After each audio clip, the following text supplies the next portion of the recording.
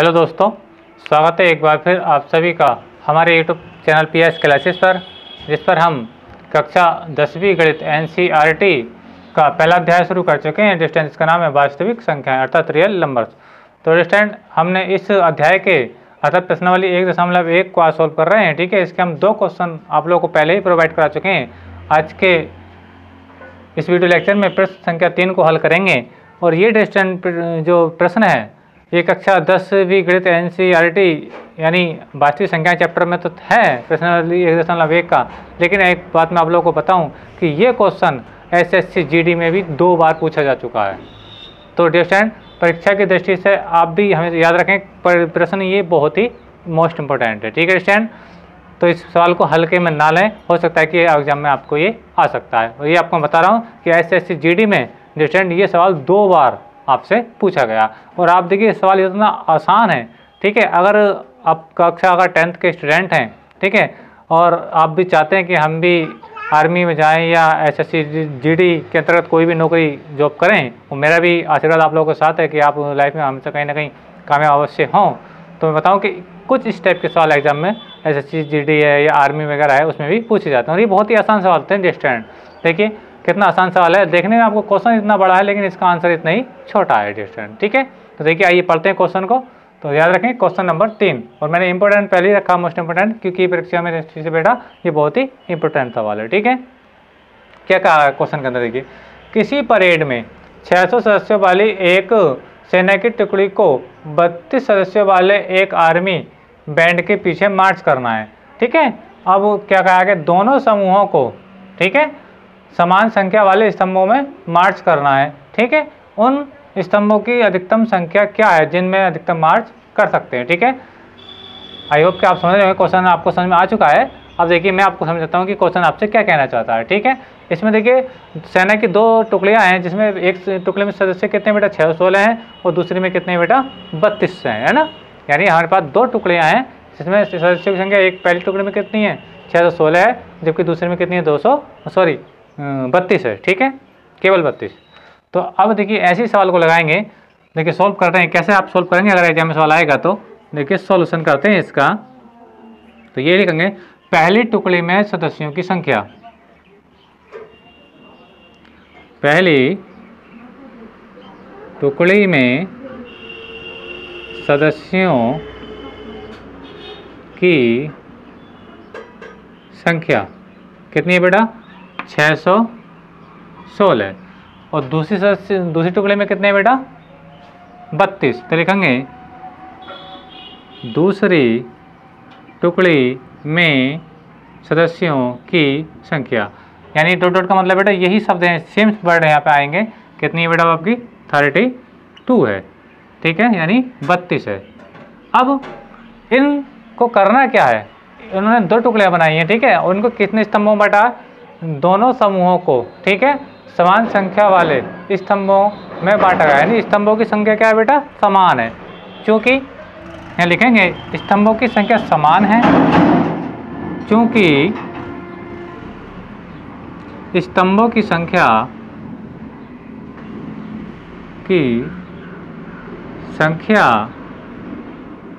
समान है तब।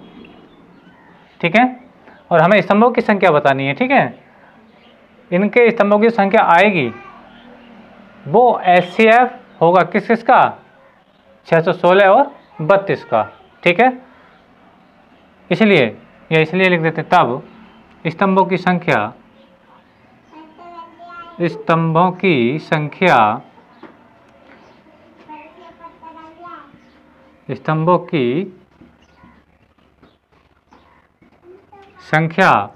होगी HCF 616, 32।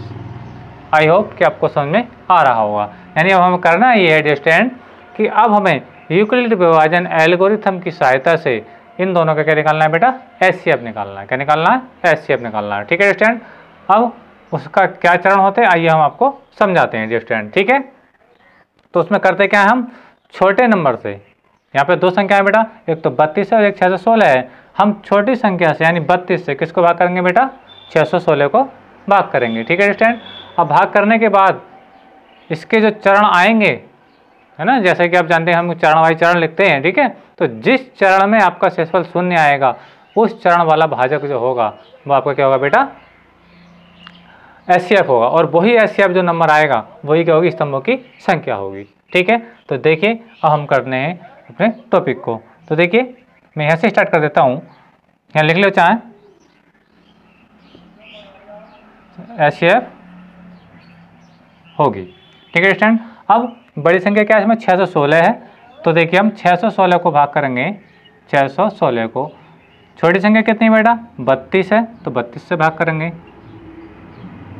ठीक है स्टूडेंट। अब देखिए करना क्या है, तो 32 कन कितना हो जाएगा बेटा आपका, ये 32 हो जाएगा, कितना हो जाएगा 32, ठीक है स्टूडेंट। अब आप इसको घटाइए, 61 से 32 घटाएंगे, कैसे घटाएंगे, हमको दाएं लीजिए, दाएं 11, 11 में से 2 घटाए कितने बचे बेटा, 9 बचे, कितने बचे 9, यहाँ रहेगा बेटा आपके, वेरी गुड, 5 बचे, 5 से 3 जाएंगे तो कितने बचेंगे बेटा, 2 बचेंगे, ठीक है स्टूडेंट। अब हम क्या करेंगे कि ये जो 6 आपको दिख रहा है इस 6 को हम नीचे कॉपी करेंगे, यानी हम 6 को ऊपर यहाँ पर उतार देंगे, ठीक है स्टूडेंट। अब हम 32 की भाग 296 में लगाएंगे, 32 की भाग कितने में लगाएंगे बेटा, 296 में लगाएंगे, ठीक है। तो देखिए अब वो क्या बार जाएगा, ये लगभग शायद 9 बार जाएगा, मैं चेक कर लेता हूँ फिर भी एक बार कि ये 32 की भाग में लगानी है 296 से, देखते हैं अगर 9 बार जाता है तो क्या होगा, 9 दूनी 18 हो जाएगा, हाँ चलिए 1 हो जाएगा, 9 3 27 और 1 28 हो जाएगा, 288 हो जाएगा, कितना जाएगा स्टूडेंट, 288। और ये कितना बेटा 296, वेरी गुड, आंसर आपका बिल्कुल सही आएगा। तो हम कितनी बार, 9 बार भाग जाएगी, कितनी बार जाएगी बेटा, 9 बार। और 9 बार में कितना करेगा, देखो फिर मैं कर रहा हूँ 9 दूनी 18 का 8 बेटा, हासिल हो गया 1, ठीक है। अब 9 से 27 और 1 28, यानी 2 9 28, ठीक है स्टूडेंट। अब इसको हम घटाएंगे, घटाइए क्या आएगा, देखिए 8 में से 6 में से 8 नहीं घटेगा, 16 16 में से 8 घटाए बचे, कितना बचा आपका 8, कितना बचा 8, ठीक है बेटा। अब यहाँ पे क्या रहा आपका 8 बचा, क्योंकि ढाई लेके 1 कम हो चुका है, तो 8 से 8 जाएगा बेटा, कितना बचेगा 0, और 2 में 2 घटाए कितना बचेगा 0, ठीक है। लेकिन बेटा आपका जो शेषफल आ रहा है अभी 8 आ रहा है, शेषफल कितना आ रहा है 8 आ रहा है, 0 नहीं आ रहा है, ठीक है। तो अब हम क्या करेंगे कि अभी हम इस शेषफल पर और इस पर भाजक पर पुनः क्या लगाएंगे, यूक्लिड विभाजन प्रमेय का लगाएंगे, ठीक है। यही तो हम फंड अपनाते हैं, जब तक हमें शेषफल 0 नहीं प्राप्त होता है जब तक हम चरण बाई चरण लिखते रहते हैं, ठीक है। तो अभी हमें शेषफल 0 नहीं मिला है और इन 0 का बेटा कोई महत्व नहीं है, हम 8 ही लिखा रहने देंगे, ठीक है। तो अब इसको इस स्टेप को जो हमने किया है हम इसको लिख देंगे, ठीक है। तो लिखेंगे यूक्लिड विभाजन प्रमेयिका से, यूक्लिड विभाजन एल्गोरिथम से, क्या थी वो, यूक्लिड विभाजन एल्गोरिथम से क्या थी, मैं यहाँ पे आगे लिख देता हूँ, इसमें ये थी C बराबर D गुणा Q प्लस R, C बराबर D गुणा Q प्लस R, जहाँ C की भाज्य है, D भाजक है, Q शेषफल है और R क्या है बेटा, आपको Q आपका भागफल है, C के और R जो आपका शेषफल है, ठीक है। और मैं एक बार और बताता चलूँ कि R जो होता है स्टूडेंट, R जो होता है हमेशा 0 के बराबर हो सकता है, 0 से बड़ा हो सकता है, लेकिन वो किससे छोटा होता है, हमेशा भाजक से छोटा होता है, ठीक है। तो ये स्टेटमेंट है बेटा किसका, यूक्लिड विभाजन एल्गोरिथम का, ठीक है स्टूडेंट। तो देखिए ध्यान से, आपको आप देखिए इसको चरण को लिखें, चरण क्या था, अब इसमें C क्या बेटा भाज्य, तो भाज्य क्या आपके यहाँ पे 616, यानी step number first, step number first, ठीक है स्टूडेंट। चलिए लिखते हैं, तो अब भाज्य कितना है 616 है, 616, ठीक है स्टूडेंट। अच्छा भाजक कितना आपका 32 है, कितना बेटा 32 प्लस शेषफल कितना आया बेटा आपका, शेषफल आया बेटा आपका 8, कितना आया 8। ध्यान से समझें कि हमने ये करा भाज्य बराबर, सॉरी इसमें थोड़ी मिस्टेक हुई, दोबारा लिखते हैं इसको, थोड़ा पीछे से लिख करके मैं आप लोगों को समझाऊं कि हम स्टेप नंबर फर्स्ट कर रहे हैं, इसका स्टेप नंबर फर्स्ट क्या है, भाज्य, भाज्य कितना बेटा इसमें 616 है, बराबर कहता भाजक, भाजक कितना आपका बेटा 32, भाजक गुणा भागफल कितना बेटा आपका 19 प्लस शेषफल कितना बेटा आपका 8।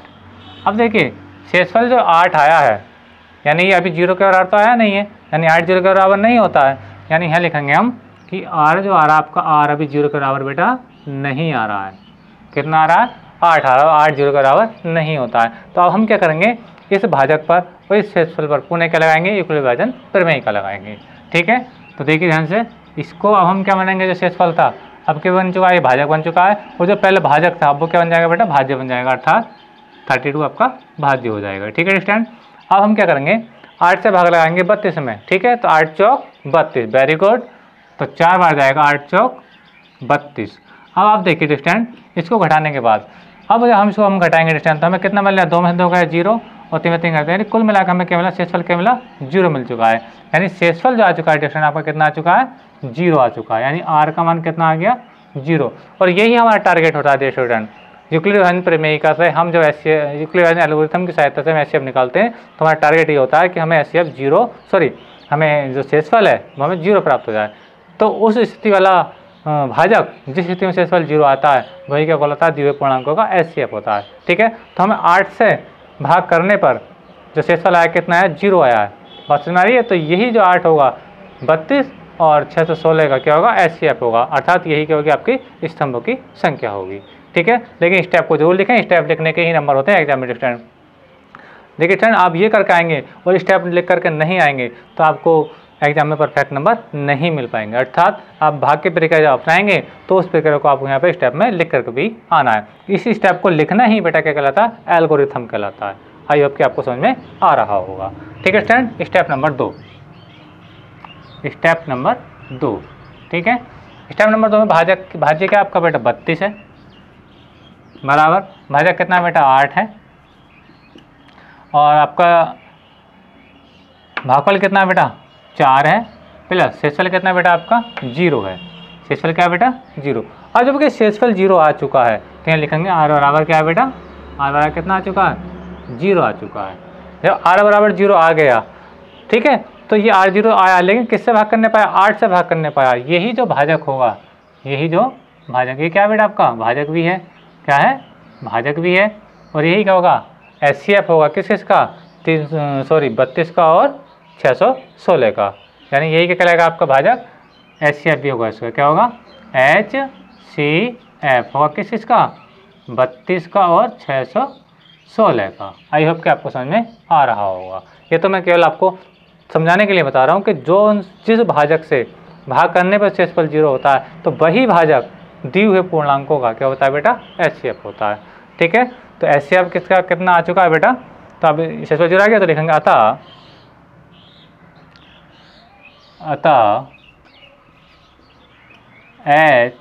एचसीएफ किसका 32, 616 बराबर कितना आ चुका है बेटा, 8 हो चुका है। और यही 8 क्या होगा बेटा आपका स्तंभों की संख्या होगी, यही 8 क्या होगा बेटा आपकी स्तंभों की संख्या होगी। ठीक है, चलिए मैं यहाँ पे लिख देता हूँ, मैं यहाँ पे लिख देता हूँ साइड में, अतः स्तंभों की संख्या, स्तंभों की संख्या कितनी आई बेटा आपकी 8। यही बेटा क्या हो जाएगा आपका आंसर हो जाएगा, और यही क्वेश्चन में आपसे बेटा पूछा गया था। तो आई होप कि ये क्वेश्चन आपको समझ में आया होगा। डिस्टेंट आप वीडियो को पॉज करके आप इसको नोट कर सकते हैं। डिस्टेंट अगर वीडियो आपको पसंद आया है तो मेरे वीडियो को लाइक कीजिए, शेयर कीजिए एंड कमेंट कीजिए, और मेरे आप चैनल पर नए हैं तो मेरे चैनल को सब्सक्राइब कीजिए और बेल आइकन का बटन जरूर दबाइए डिस्टेंट। ठीक है, तो आप वीडियो को पॉज करके इसका सॉल्यूशन आप नोट कर सकते हैं। इसके नेक्स्ट वीडियो में हम क्वेश्चन नंबर 4 को डिस्कस करेंगे। तो आज की वीडियो लेक्चर में बस इतना ही। Thank you, best of luck, धन्यवाद।